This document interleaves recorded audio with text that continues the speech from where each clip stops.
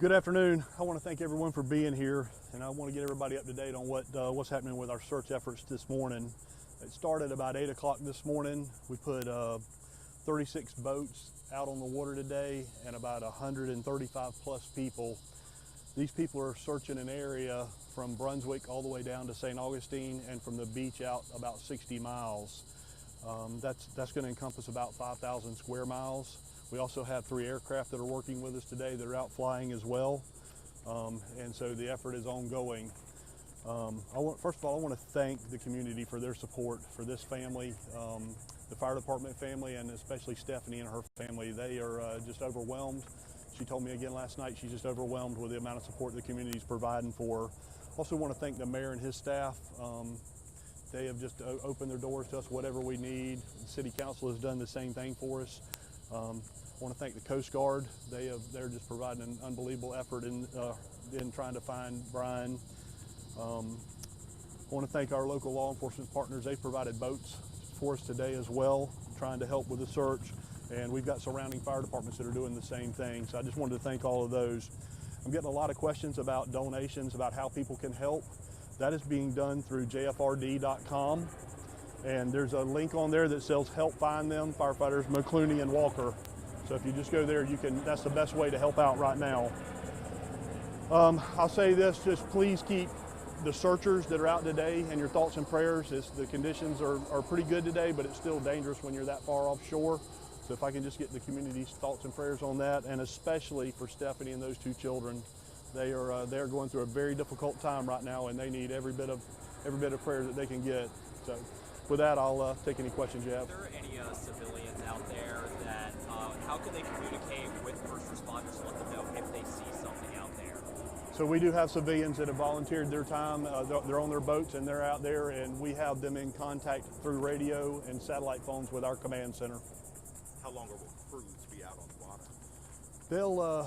They'll be out till late this afternoon. We had some last night coming in right at dark, and that's probably going to be the case today because we have people that are so far away from this point. As we enter today, this is day 3 of the effort. This is still a rescue mission. This is still absolutely a rescue mission. We're talking about a decorated, a combat veteran here. We're talking about a firefighter paramedic. These guys have the skills. He was raised on the water his entire life. These guys have the skills to survive for a long time, and we're going to continue this effort till we find Brian. Covered a large area. You talked about his family, but what about his firefighter family at Station 31? How are they doing? They're doing good. We're providing support right now through our CIOs. We're also going to be providing some pastoral care, just making sure they're good, and getting anything that they need. We're providing for them right now. You talked about donations. If people have a boat, a seaworthy vessel, and they want to help, if they come here, can they come to the command post and be given an assignment? So we'll be reaching out this afternoon once we get tomorrow's game plan wrapped up. We'll be reaching out to the community for help again, but that'll come later this afternoon. There was a lot of talk about what the boat did not have in order to make sure that some kind of signal could get out to people. What advice would you give to people who are also thinking about getting on the water and how they can stay safe? I'm not aware of what the boat had or didn't have.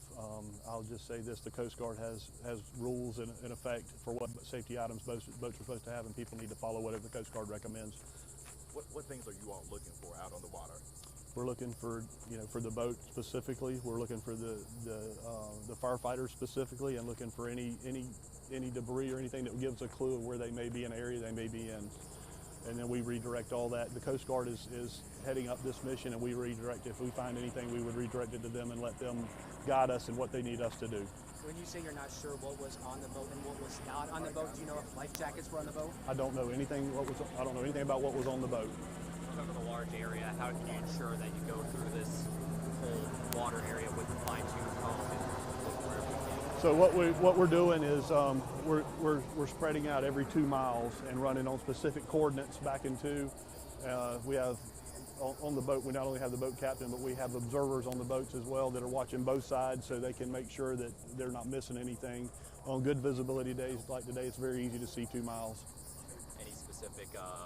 You mentioned the boat. Any specific description about the boat that people can look out for? Yeah, it's just a 24-foot Robalo with a black T-top white boat.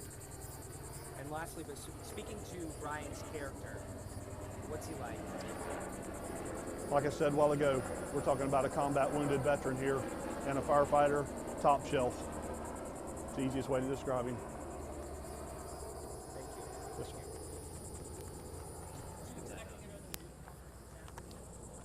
Yeah.